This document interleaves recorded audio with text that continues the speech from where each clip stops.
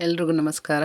ನಾನು ನಿಮ್ಮ ವೀಣಾ ಸತೀಶ್. ಇವತ್ತು ಬಸಳೆ ಸಾಂಬಾರು ಹೇಗೆ ಮಾಡೋದು ಅಂತ ನೋಡ್ಕೊಂಡು ಬರೋಣ.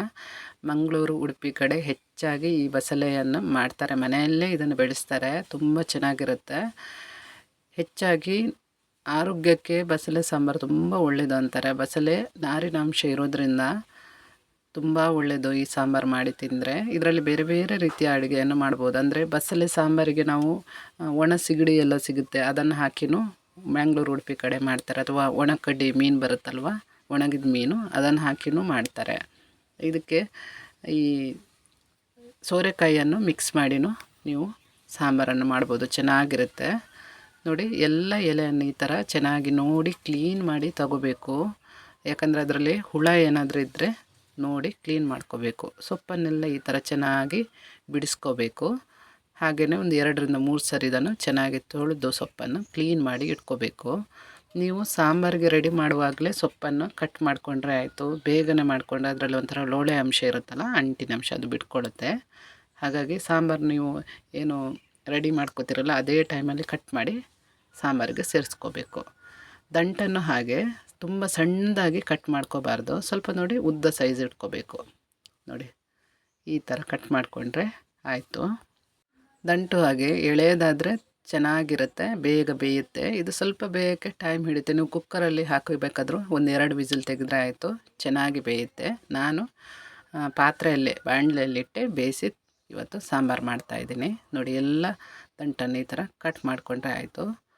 ಸೊಪ್ಪು ನೋಡಿ ಚೆನ್ನಾಗಿ ತೊಳೆದು ಕ್ಲೀನ್ ಮಾಡಿ ತಗೊಂಡಿದ್ದೀನಿ. ಇದನ್ನು ನಾನೀಗ ಕಟ್ ಮಾಡ್ಕೊತಾ ಇದ್ದೀನಿ. ಒಂದೊಂದೇ ಸೊಪ್ಪನ್ನು ಒಂದ್ರ ಮೇಲೆ ಒಂದು ಇಟ್ಟು ಈ ಥರ ಇಟ್ಕೊಂಡು ಕಟ್ ಮಾಡಬೇಕು. ತುಂಬ ಸಣ್ಣದಾಗಿ ಕಟ್ ಮಾಡಬಾರ್ದು, ಅದು ಬಾಯಿಗೆ ಸಿಗಬೇಕು. ತುಂಬ ಸಣ್ಣದಾಗಿ ತೆಳುವಾಗಿ ಕಟ್ ಮಾಡಿಕೊಂಡ್ರೆ ಅದೆಲ್ಲ ಸಾಂಬಾರಲ್ಲೆಲ್ಲ ಕರಗಿ ಹೋಗುತ್ತೆ, ನಿಮಗೆ ತಿನ್ನೋಕ್ಕೆ ಚೆನ್ನಾಗಿ ಸಿಗಲ್ಲ. ಸ್ವಲ್ಪ ಉದ್ದ ಉದ್ದ ಈ ಥರ ಕಟ್ ಮಾಡಿಕೊಂಡ್ರೆ ಆಯಿತು. ಇಲ್ಲಿ ನಾನು ಎಲ್ಲ ಸೊಪ್ಪನ್ನು ಈ ಥರ ಚೆನ್ನಾಗಿ ಕಟ್ ಮಾಡಿ ಇಟ್ಕೊತಾ ಇದ್ದೀನಿ. ನಾನು ಮೊದಲಿಗೆ ದಂಟಿನ ಜೊತೆನೇ ಸೊಪ್ಪು ಹಾಕಿ ಬೇಯಿಸ್ತಾ ಇಲ್ಲ. ಮೊದಲಿಗೆ ದಂಟನ್ನು ಬೇಯಿಸಿ, ದಂಟು ಸ್ವಲ್ಪ ಬೆಂದ ನಂತರ ಈ ಬಸಳೆ ದಂಟು ಬೇಯುತ್ತಲ್ವ, ಅದರ ನಂತರ ಸೊಪ್ಪನ್ನು ಹಾಕೋತಾ ಇದ್ದೀನಿ. ಆಗ ನಿಮಗೆ ಬಾಯಿಗೂ ಅದು ಸಿಗುತ್ತೆ, ತಿನ್ನೋಕ್ಕೆ ಚೆನ್ನಾಗಿರುತ್ತೆ. ಮೊದಲೇ ಹಾಕ್ಕೊಂಡ್ರೆ ಎಲ್ಲ ಕರಗಿ ಹೋಗುತ್ತೆ ಅದು, ಅದಕ್ಕೋಸ್ಕರ. ಈಗ ಮೊದಲಿಗೆ ನಾವು ದಂಟನ್ನು ಬೇಯಿಸ್ಕೋಬೇಕು. ಈ ಥರ ಒಂದು ಬಾಣಲೆ ಇಟ್ಟು, ಬಾಣಲೆಗೆ ಬಸಳೆ ದಂಟು ಏನಿದೆ ಅದು ಮುಳುಗುವಷ್ಟು ನೀರನ್ನು ಹಾಕ್ಕೊಂಡು ಬಸಳೆ ದಂಟನ್ನು ಬೇಯಿಸೋಕ್ಕೆ ಇಡಬೇಕು. ಈ ಥರ ನೋಡಿ ದಂಟೆಲ್ಲ ಹಾಕ್ಕೋಬೇಕು. ಇದು ಒಂದು ಕುದಿ ಬರುವಷ್ಟು ನಾವು ಇದನ್ನು ಮುಚ್ಚಳ ಮುಚ್ಚಿ ಬೇಯಿಸಬೇಕು. ಫಸ್ಟಿಗೆ ಉಪ್ಪು ಏನು ಹಾಕಿಲ್ಲ ನಾನು, ಮೊದಲಿಗೆ ಹಾಕಿದರೆ ಅದು ಗಟ್ಟಿಯಾಗುತ್ತೆ, ಬೇಯಲ್ಲ ಚೆನ್ನಾಗಿ ದಂಟು. ಅದಕ್ಕೋಸ್ಕರ ಈ ಥರ ಕುದಿ 1-2 ಕುದಿ ಬಂದ ನಂತರ ಒಂದು ಈರುಳ್ಳಿ ಹಾಕ್ಕೊಂಡು 2 ಟೊಮೊಟೊ ಹಾಕೋತಾ ಇದ್ದೀನಿ. ಕೆಲವರು ಹುಣಸೆ ಹಣ್ಣು ಹಾಕ್ತಾರೆ, ನಾನು ಹುಳಿಗೆ ಟೊಮೊಟೊ ಹಾಕ್ಕೊಂಡಿದ್ದೀನಿ. 2 ಸ್ಪೂನಷ್ಟು ಉಪ್ಪು ಹಾಕಿ ಬೇಯೋಕ್ಕೆ ಪುನಃ ಮುಚ್ಚಳ ಮುಚ್ಚಿ 5 ನಿಮಿಷ, ಒಂದು 5-6 ನಿಮಿಷದಲ್ಲೇ ಅದು ಚೆನ್ನಾಗಿ ಬೇಯುತ್ತೆ. ಈಗ ಕಾಯಿ ತುರಿಬೇಕಲ್ಲ, ಒಂದು 3/4 ಭಾಗದಷ್ಟು, ಅಂದರೆ ಒಂದು ಕಾಯಿಯಲ್ಲಿ, ಒಂದು ದೊಡ್ಡ ಸೈಜಿನ ಕಾಯಿಯಲ್ಲಿ 3/4 ಭಾಗದಷ್ಟು ಕಾಯಿಯನ್ನು ನಾನಿಲ್ಲಿ ತಗೊಂಡಿದ್ದೀನಿ. ಇದನ್ನು ಒಂದು ಮಿಕ್ಸಿಗೆ ಹಾಕ್ಕೋಬೇಕು. ಮೊದಲಿಗೆ ಕಾಯಿ ಜಾಸ್ತಿ ಹಾಕಿದ್ರೇನು ತೊಂದರೆ ಇಲ್ಲ, ಒಂದು ಕಾಯಿ ಸಾಕು.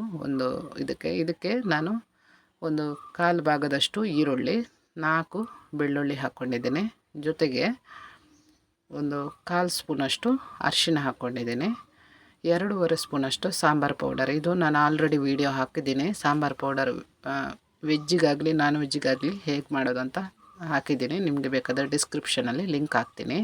2.5 ಸ್ಪೂನಷ್ಟು ಹಾಕ್ಕೊಂಡು ಸ್ವಲ್ಪ ಉಪ್ಪು ಹಾಕ್ಕೋಬೇಕು.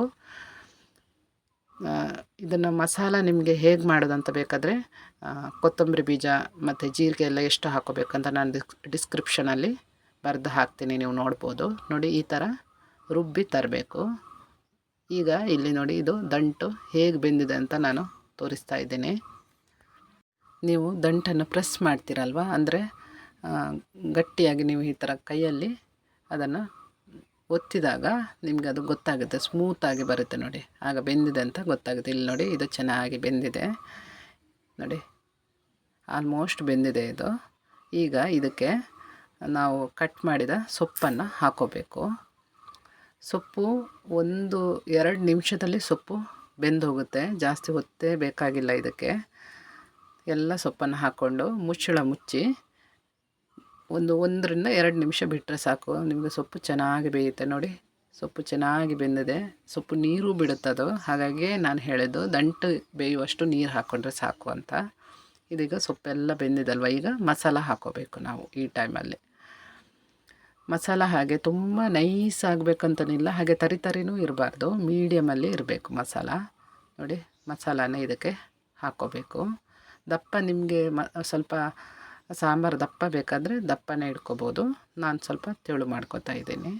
ಎಲ್ಲ ಮಸಾಲಾನ ಹಾಕಿದ ನಂತರ ಕನ್ಸಿಸ್ಟೆನ್ಸಿ ಎಷ್ಟು ದಪ್ಪ ತೆಳು ನೋಡಿ ಹದ ಮಾಡ್ಕೋಬೇಕು. ಇದಕ್ಕೆ ಉಪ್ಪು ಹಾಗೆ ನೋಡಿ ಹಾಕ್ಕೊಳ್ಳಿ. ನಾನು ತುಂಡು ಬೆಲ್ಲ ಹಾಕ್ತಾಯಿದ್ದೀನಿ, ಅಥವಾ ಒಂದು ಅರ್ಧ ಸ್ಪೂನಷ್ಟು ಸಕ್ಕರೆ ಹಾಕ್ಕೊಂಡ್ರೆ ಟೇಸ್ಟ್ ಚೆನ್ನಾಗಿರುತ್ತೆ. ಹುಳಿ ಅಂಶ ಏನು ಟೊಮೊಟೊ ಹಾಕ್ಕೊಂಡಿದ್ದೀವಲ್ಲ, ಹಾಗಾಗಿ ಸ್ವಲ್ಪ ಸಿಹಿ ಬಿದ್ರೂ ಟೇಸ್ಟ್ ಚೆನ್ನಾಗಿರುತ್ತೆ.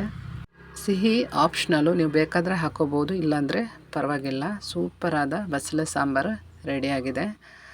ಕುಚ್ಚಲಕ್ಕಿ ಗಂಜಿ ಅಥವಾ ಅನ್ನ ಇರುತ್ತಲ್ವ, ಕೆಂಪಕ್ಕಿ ಏನು ಬಾಯ್ಲ್ಡ್ ರೈಸ್ ಅಂತೀವಲ್ಲ, ಇದ್ರ ಜೊತೆ ಒಳ್ಳೆ ಕಾಂಬಿನೇಷನ್ ಇದು. ನೀವು ಒಮ್ಮೆ ಟ್ರೈ ಮಾಡಿ ನೋಡಿ. ಇದ್ರ ಜೊತೆಗೆ ಈ ಸಾಂಬಾರಿಗೆ ಒಣಕಡ್ಡಿ ಮೀನು ಅಥವಾ ಸಿಗಡೆ ಹಾಕಿ ಮಾಡಿದರೆ ಟೇಸ್ಟ್ ಒಳ್ಳೇದಿರುತ್ತೆ. ಅಥವಾ ವೆಜ್ ಆದರೆ ಹೆಸರು ಕಾಳು, ಹುರುಳಿಕಾಳು ಹಾಕಿದರೆ ತುಂಬ ಚೆನ್ನಾಗಿರುತ್ತೆ ಟೇಸ್ಟು. ನೀವು ಒಮ್ಮೆ ಮಾಡಿ ನೋಡಿ. ಹೆಸರು ಬೇಳೆ ಇಲ್ಲಾಂದರೆ ದಾಲ್ ಏನಿರುತ್ತೆ ಅದನ್ನು ಹಾಕಿ ಮಾಡ್ಬೋದು.